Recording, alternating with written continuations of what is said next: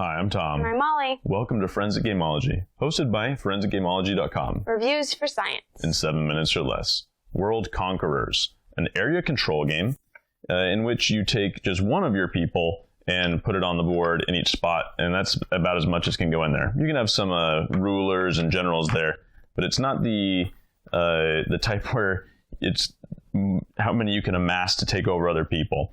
Instead, the premise of the game is that you have rulers from different ages and generals from different ages and whatnot. So I've got Moctezuma and Xerxes fighting with or against Simon Bolivar and Elizabeth I and Hannibal. You get people here like, I think you get George Washington. Yeah, and Thomas Jefferson. Yeah, so there's different ages and what would happen if they were to come together. And so the cards they have some flavor, like what would Xerxes do in this game?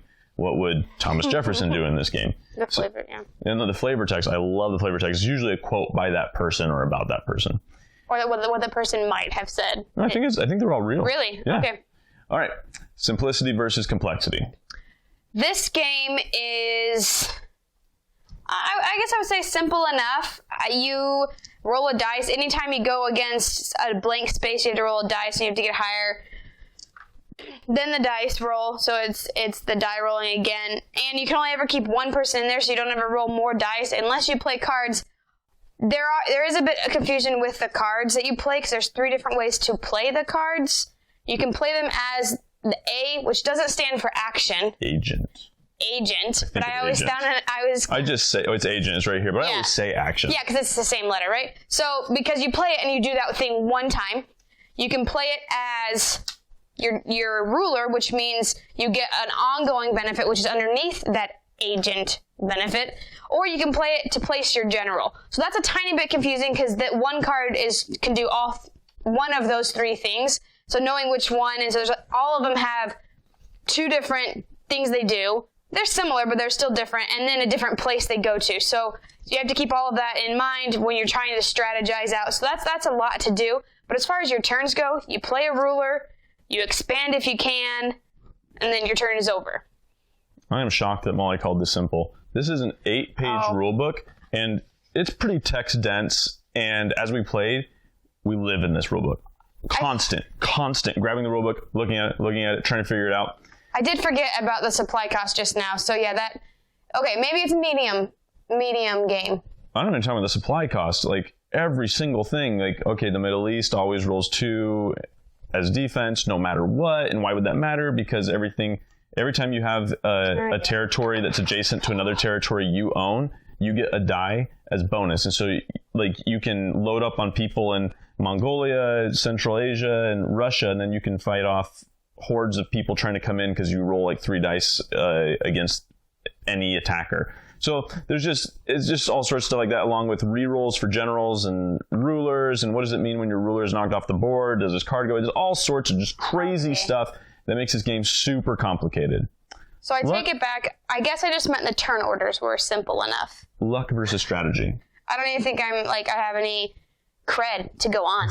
Do you want me to take all of luck versus strategy? Yeah, can you just do it? No, I think that there's some strategy, and I kind of mentioned it. When are you going to use these cards? How are you going to use them?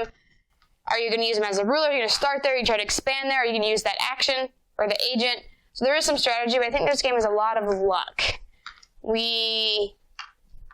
Because there's die rolling, right? So it's 1 die versus 1, and so I got a 5. Oh, you got a 6? Great, I lost. Okay, let's go again. So I think that there is a lot of luck in this. This game has so much strategy, and you can mitigate a lot of your luck by using your cards, but there's no denying the luck factor. We had so many times where we would just, I think Molly killed herself trying to attack the Amazon, whereas I died trying to attack Mongolia, where someone else died trying to attack. I mean, every time you lose, the supply cost goes up, and you lose troops that otherwise you would use to fight with. And so you could start with 20, 30, 40 troops, no problem. Boom, you're dead. Well, you can make it to 2 spots, thinking you're going to make it so many. So the trick is, to win the game, which I think we've neglected to mention till now, you have to have the highest empire. So that means your marker, if I ever had 8 territories after the end of my turn, and then after that I never eclipsed 8, then 8 is my score at the end of the game. So you're trying to get there. Maybe you peak early and then you just defend. Maybe you just go for like the fourth quarter push. But there's a lot of strategy. But man, the dice are unforgiving sometimes. Fun versus boring. This game is super fun. It's incredibly fun.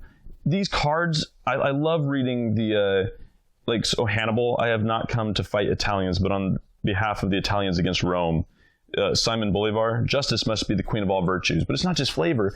These cards do things that it's like Simon Bolivar. Let's do Hannibal. Place your general pawn on any territory, so he's mobile. Simon Bolivar, add 1 die to this attack against a player who owns territory in Europe when you don't. Okay, that makes sense for Simon Bolivar.